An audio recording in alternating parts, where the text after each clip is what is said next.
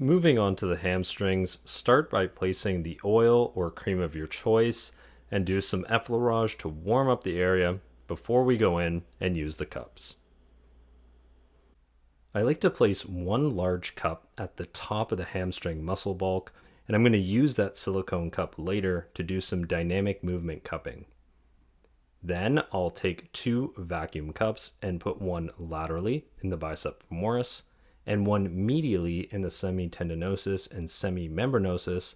And what I'm trying to do here is create some separation in the hamstring muscles to really increase range of motion and to decompress that tense tissue that can bind together.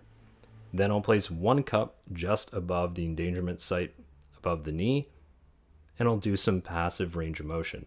I'll do 3 to 5 passive range of motion movements at the leg. I'm doing the work for the client.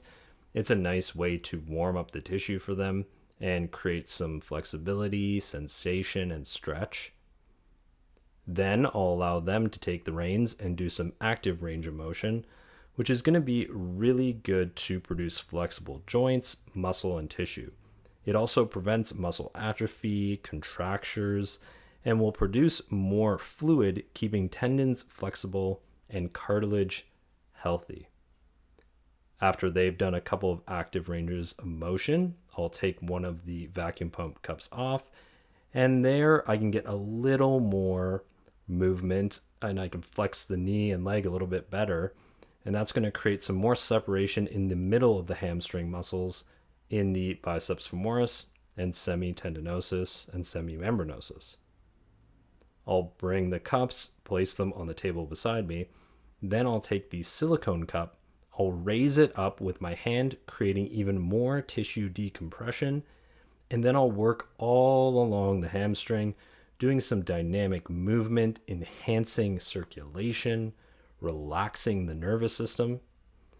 And I'm just going to move up and down all the way across towards the IT band and just slowly move up. You can increase your speed if you like. You can do some range of motion where you take the leg and bring it up and down.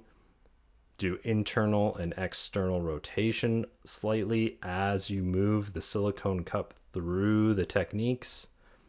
If you find you get stuck on one area, pay a little more attention to that area and do a little more movement cupping there to increase that glide and slide of tissue.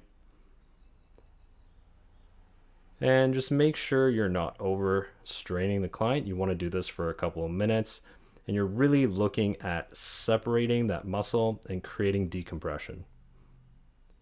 I find most clients are really loving the side to side movement on the hamstrings like that. Sometimes it's just good to listen to people's feedback, and most people are going to tell you that they love when you work on the hamstrings with the cups going side to side. Okay, let's talk about the hamstrings as I work from side to side with the cup.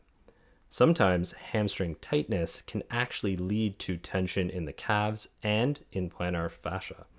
The reason for this is believed that hamstring tightness induces prolonged forefoot loading due to increased knee flexion.